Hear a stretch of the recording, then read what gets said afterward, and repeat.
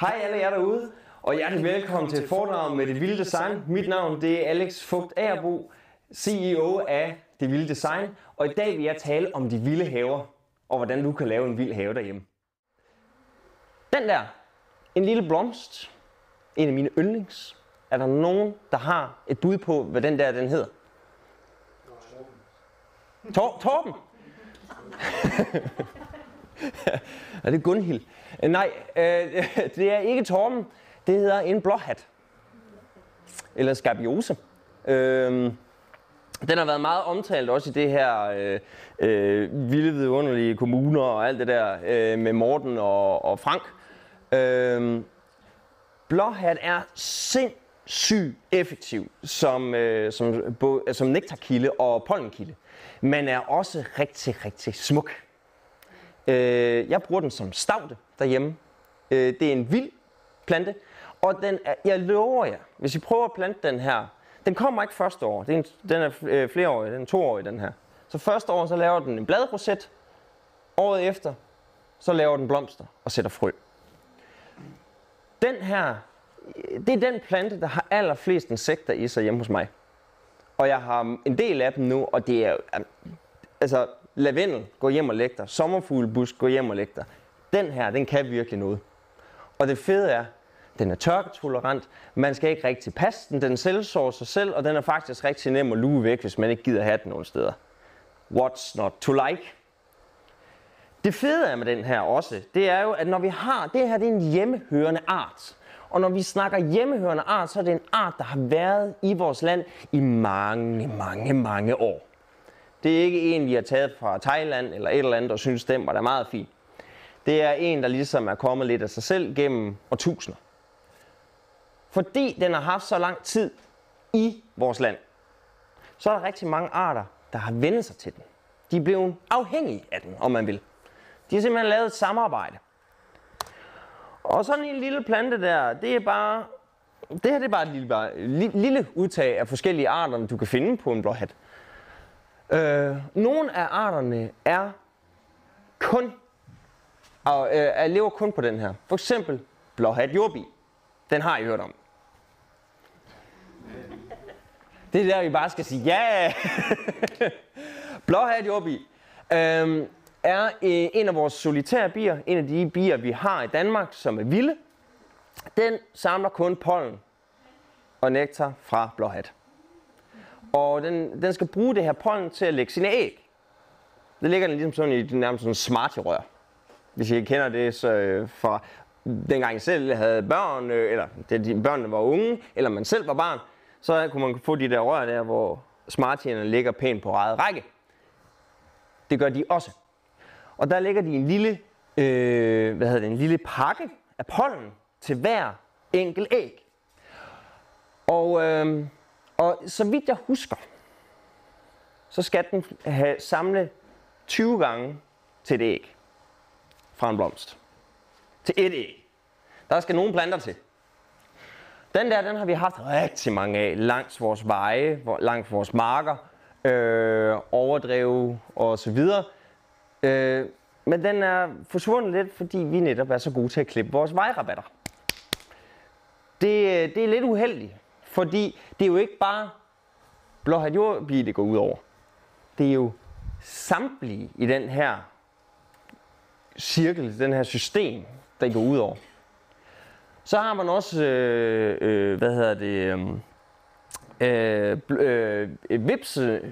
en vipseart, som snylter på blåhat jordbi og simpelthen inficerer den, altså snylter på dens levevis. Den finder man jo kun, fordi at den er der, fordi den er der. Kan I se sammenhængen? Det er en stor Rubiks terning, der falder sammen, hvis vi fjerner grundelementet. Så det er derfor, jeg ved godt, der er nogen, der siger, det er lidt lige meget med de der hjemmehørende. Det er det altså ikke. Der er rigtig mange, der kun er på bestemte planter. Så prøv at få så mange hjemmehørende arter ind i jeres plantedesign som muligt. Det er rådet. Den skal I lige skrive jer bag øret. Det er simpelthen råd nummer 1 i dag. Jeg har også lavet en lille quiz. Jeg elsker quizzer. Her har vi 2 forskellige roser. Ikke sandt? De dufter rigtig godt, begge 2. Det kan jeg skrive under på. Vi har en, en rigtig fed hybridrose. Det er sådan en, man har lyst til at give til lillemor, ikke sandt? Ja, så er der varm mad, når man kommer hjem. Nej. Og så har vi en lidt mere åben her, lidt mere skravlet. Man dufter også sindssygt godt og er virkelig god til at lave limonade af. Virkelig, virkelig lækker. Og nu kommer øvelsen. Vil I lige prøve at lukke øjnene alle sammen? Bare roligt, jeg laver ikke overskæg på eller noget som helst. Prøv lige at lukke øjnene. Så find jer selv. Find jeres spirit animal. Find jeres indre lille fede hummelbi. Forestil jer i en lille fed hummelbi med meget pels på. Og så åbn øjnene. Hvad for en vil I helst gå i buffeten i?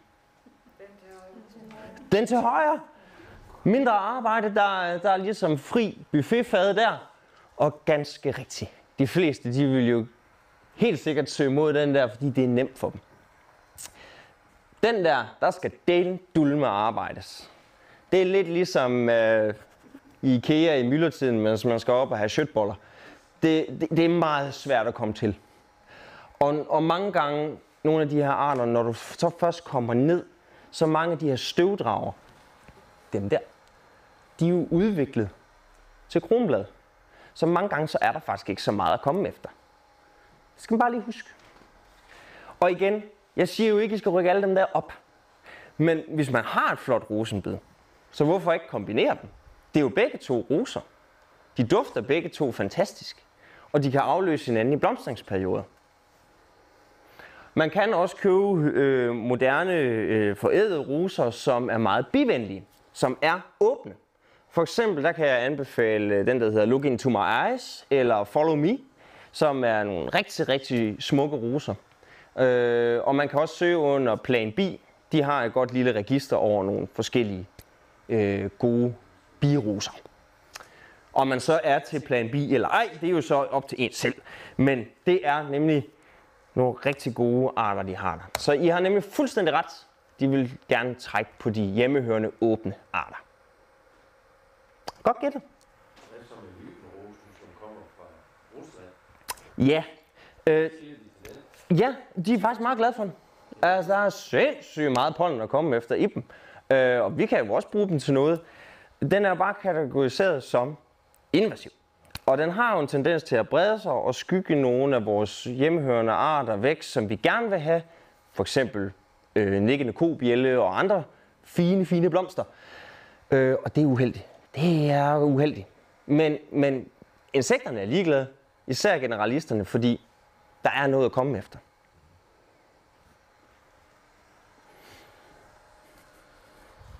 Og hvis man har prøvet at fjerne hybenrosen, så ved man, hvor hammerirriterende det kan være at prøve at fjerne sådan nogle. Det skal man mene. Venner og fjender. Og det her er jo et tema, som jeg synes, der er rigtig, rigtig sjovt.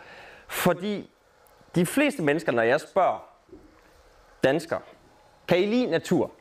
Kan du lide natur? Ja. Ja. Og der kommer ikke noget men ved dig? Nej, du elsker alle brændenælder og bladlus og ja. Og det er en helt gal at spørge. Er der ikke nogen, der har et men? Er der ikke et dyr, I hader? Gnavpander. Det var også en af de gode, den der. Er gnavpander... Det er nogen, der er glad for. Altså, selvom jeg virkelig er virkelig sådan naturelsker, så er gnavpander det her dælendulme irriterende. Det giver jeg dig ret i. Og det er rigtigt, og der er rigtig mange, der siger, men, når jeg siger, jeg elsker natur, men jeg hader myg, jeg hader flåter, jeg er ikke ret glad for gnavpander, jeg er ikke så glad for senegræs osv. osv. Det har vi danskere. Vi er sindssygt positive folk, men vi er også hjernedøde gode til at beklage os. Og når vi snakker vild have, så begynder vi med venner og fjender, så begynder vi at gå ind på et område, hvor det er virkelig op til den enkelte det her. Fordi når vi snakker venner, vi kan jo hurtigt blive enige om, at bier og sommerfugle, det er venner, ikke? Også den der? Det afhænger i hvert fald, om man har en køkkenhave. Og kål. Kålsommerfuglene, om det er den lille eller den store, eller hvad det nu kan være, er hadet af mange. Måske elsket af få, men det er jo en sommerfugl. Og det fede er jo ved den, de er jo udviklet gennem tiden til, altså larverne, at søge de her planter, som har nogle bestemte stoffer, som vi finder i kål, eller sinneper. Det kan være agersennep for eksempel, eller om det er strandkål, eller om det er flereårig kål, eller ja, rosenkålen og grønkålen. Jeg har lavet nogle eksperimenter, og jeg har fulgt folk, der har lavet eksperimenter med netop det her. Selvom man har en vildvenlig have, og de æder din kål, så kommer de jo igen og skyder igen, og hvis du har flereårig kål, så er det faktisk overhovedet ikke noget problem. Fordi de skyder igen med små nye skud, du hele tiden kan høste. Og de gerne, når sommerfuglsæsonen er ved at være over, når man gerne vil have kål til efterår og vinter. Så hvis man virkelig er ked af, at ens præmiekål bliver et, så pak den ind.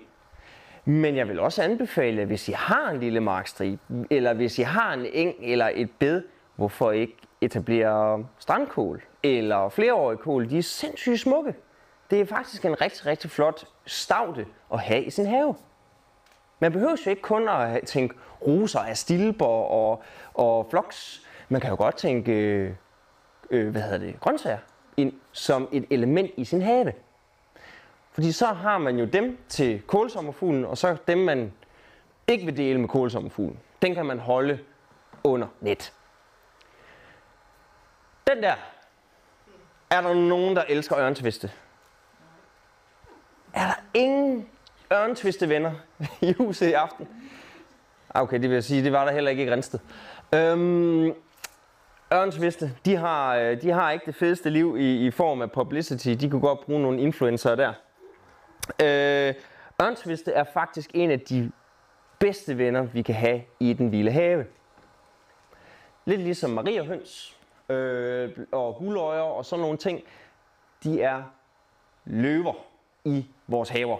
Det er dem, der sørger for at æde alt det kravn, vi faktisk synes, der er hammer irriterende. For eksempel bladlus. De er effektive rovdyr på det her.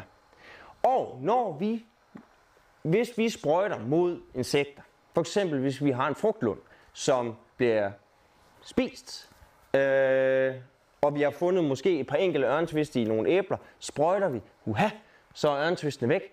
Men så ser vi en meget, meget større indryk af bladlus senere hen, enten på sæsonen.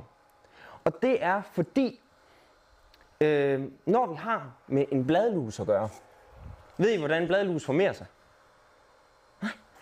Her har vi en bladlus. Når en bladlus bliver født, så er der jo allerede en bladlus indeni og en bladlus mere. Det er dyreverdens svar på en babushka-dukke.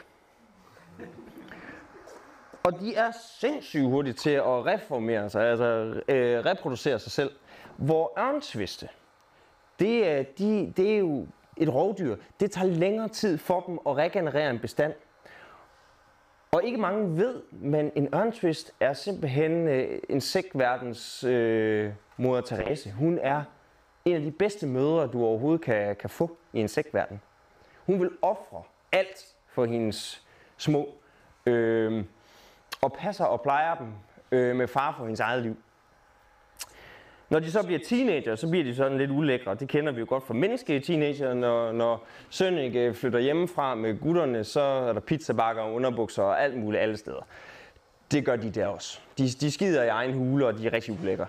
Men de er gode at have alt andet lige. Og når vi har med planter at gøre, vi holder meget af, så kan vi ikke undgå dem. De kommer. De der kære bladlus der. Og der er et bestemt dyr, der holder rigtig meget af bladlus. Er der nogen, der ved, hvad det er for et dyr? Mariahøns. Ja, men der er også andre, som passer på dem. Ja, der har vi en specialist der. Myrer, det er rigtigt. Myrerne. Insektverdens svar på landmænd. Myrer er virkelig nogle krabater, fordi Når de opdager en bladlusebestand, så går de faktisk ind og beskytter den her bestand, fordi der er protein her i form af kreaturer. Når en bladlus går på toilettet, så udskiller den jo det her honningdug her, som er sindssygt sødt. Og det er fordi, at det, som en bladlus spiser, det er plantesaft, og den skal have rigtig meget af det. Så den skal tisse rigtig meget, og den skal skide rigtig meget. Det, der kommer ud, det er rent sukkervand, og det elsker myrer. Så man har faktisk forskere fundet ud af, at en myre kan godt gå hen og så kilde i simpelthen bladlus, så de tisser i bukserne. Og så høster de det der. Og så skal de lige have en snack. Og man har faktisk også fundet ud af, at når det begynder at blive koldt, så trækker de nogle bladlusen med ned i myrtun og holder dem som kvæg på stald. Og så tager de dem ud igen. Og selvfølgelig, hvis der så kommer nu tager vi bare en menneskelig ting, en ulv forbi i form af, det kan være den der, så angriber de. Fordi det er vores. Den der, er der nogen, der har bud på, hvad det er for en fætter? Det er næsten 100, jeg har dem i haven. Nej. Den ser grum ud, hva'? Det er den her. Det er en guldøje.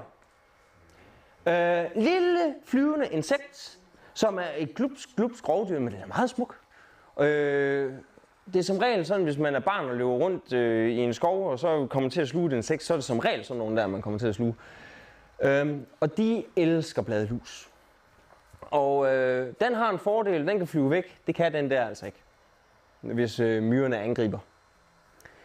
Der er jo også andre. I var inde på den lige før.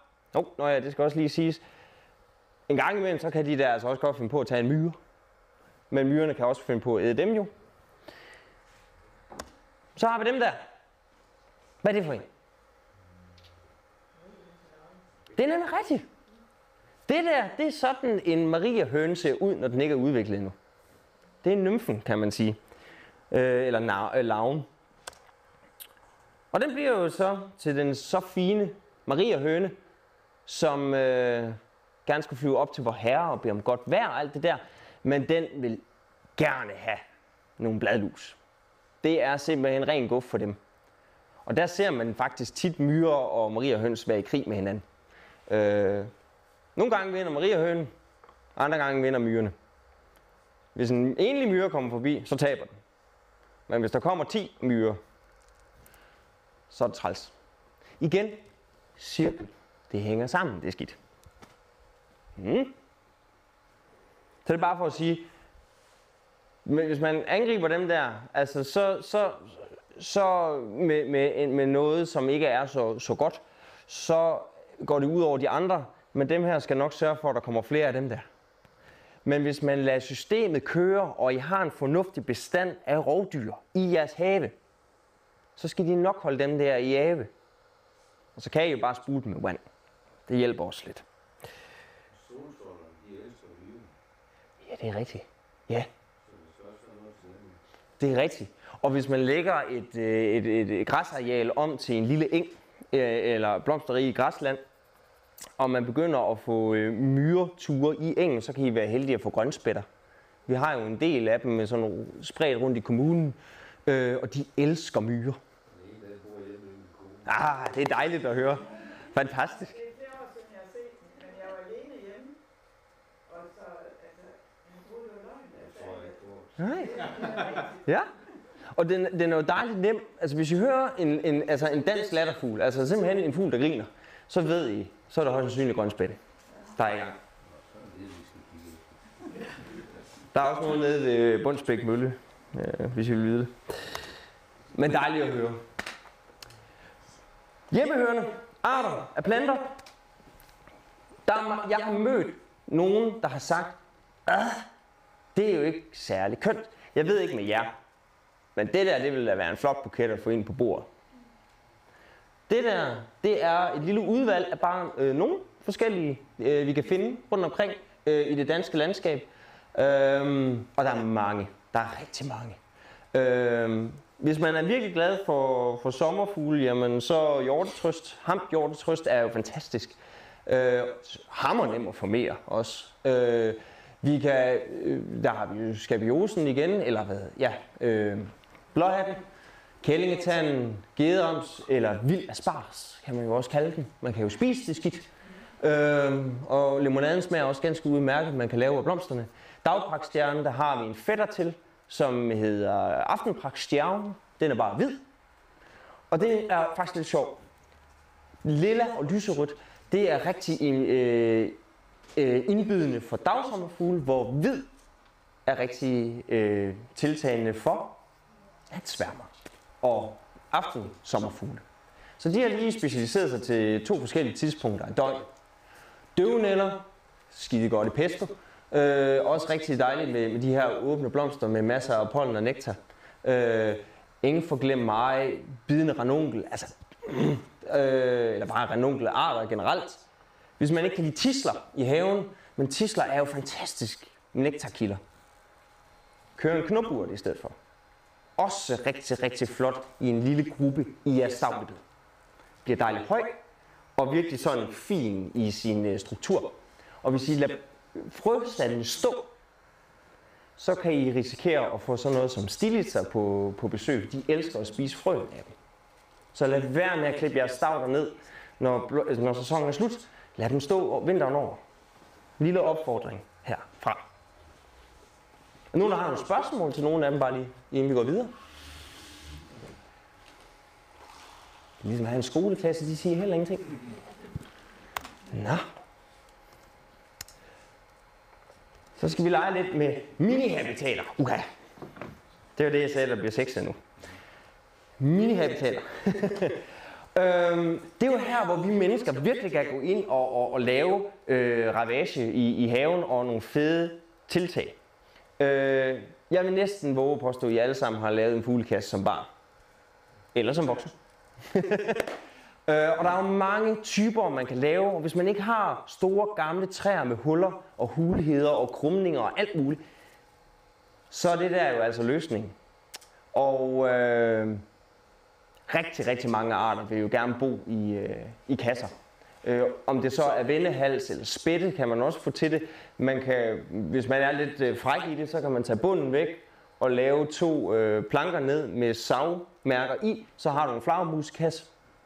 Svær er det ikke. Hvis man tager halvdelen væk her, så er der en åben kasse, så er det mere sådan noget som gærtesmutter kan finde på at hoppe i den, solsorte, rødkælk, vipstjerne. Så der er en stor variation, bare ved at sætte fuglekasser op. Og hvis man er lidt mere våget, så kan man lave de helt store til sløreugler, eller natugler, eller hvad det nu skal være. Død og ødelæggelse. Rådden træ. Altså, nogle gange så kan jeg få sådan en helt myrekryb op af ryggraden, når jeg ser simpelthen træer, som er væltet, som bliver fjernet. Fordi det er en mega vigtig ressource, som forsvinder.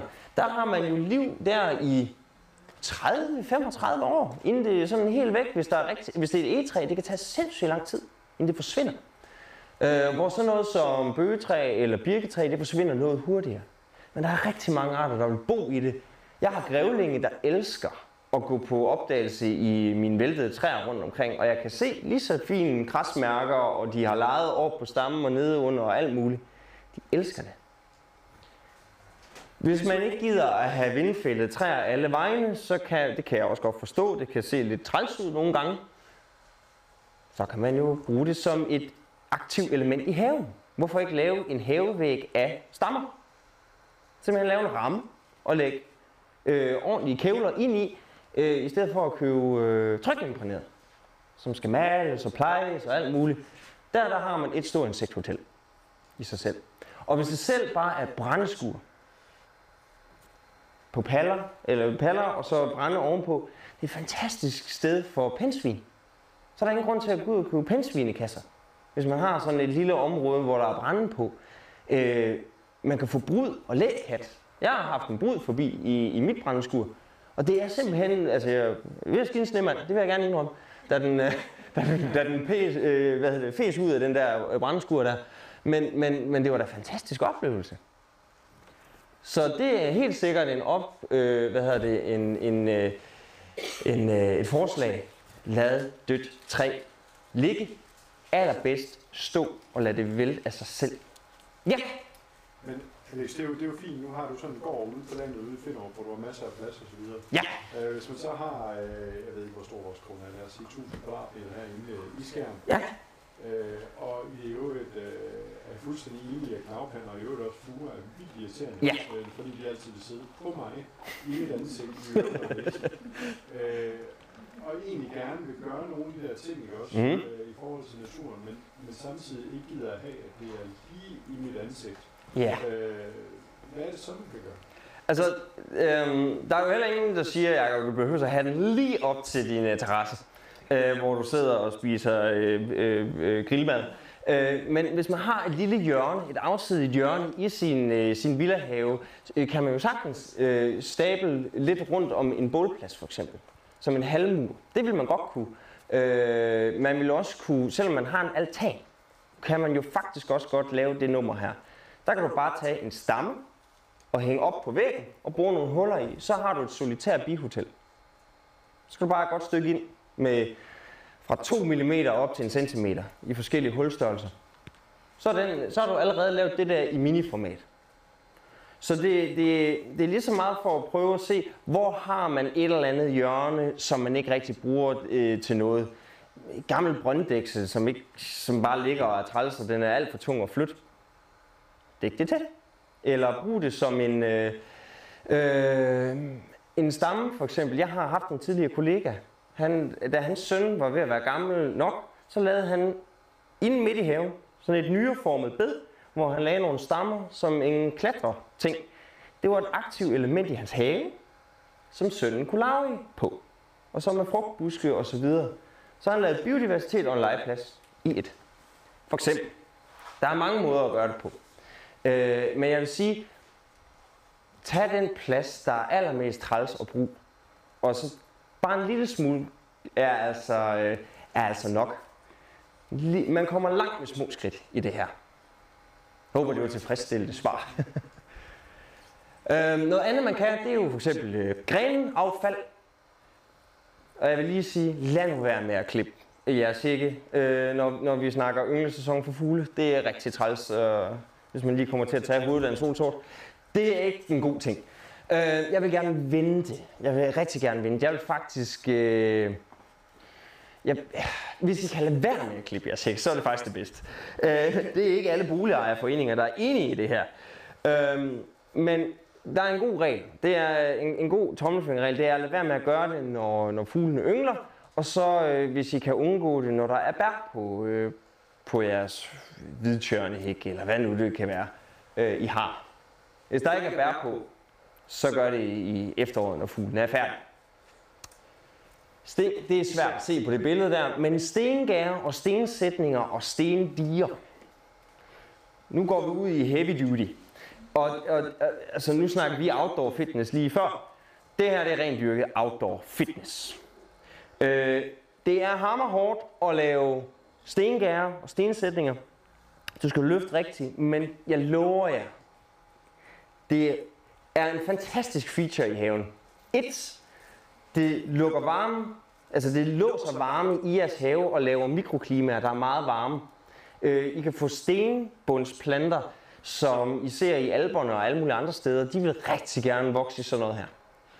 Samtidig så alle de der små huller, det er jo små mini-hoteller for dyr.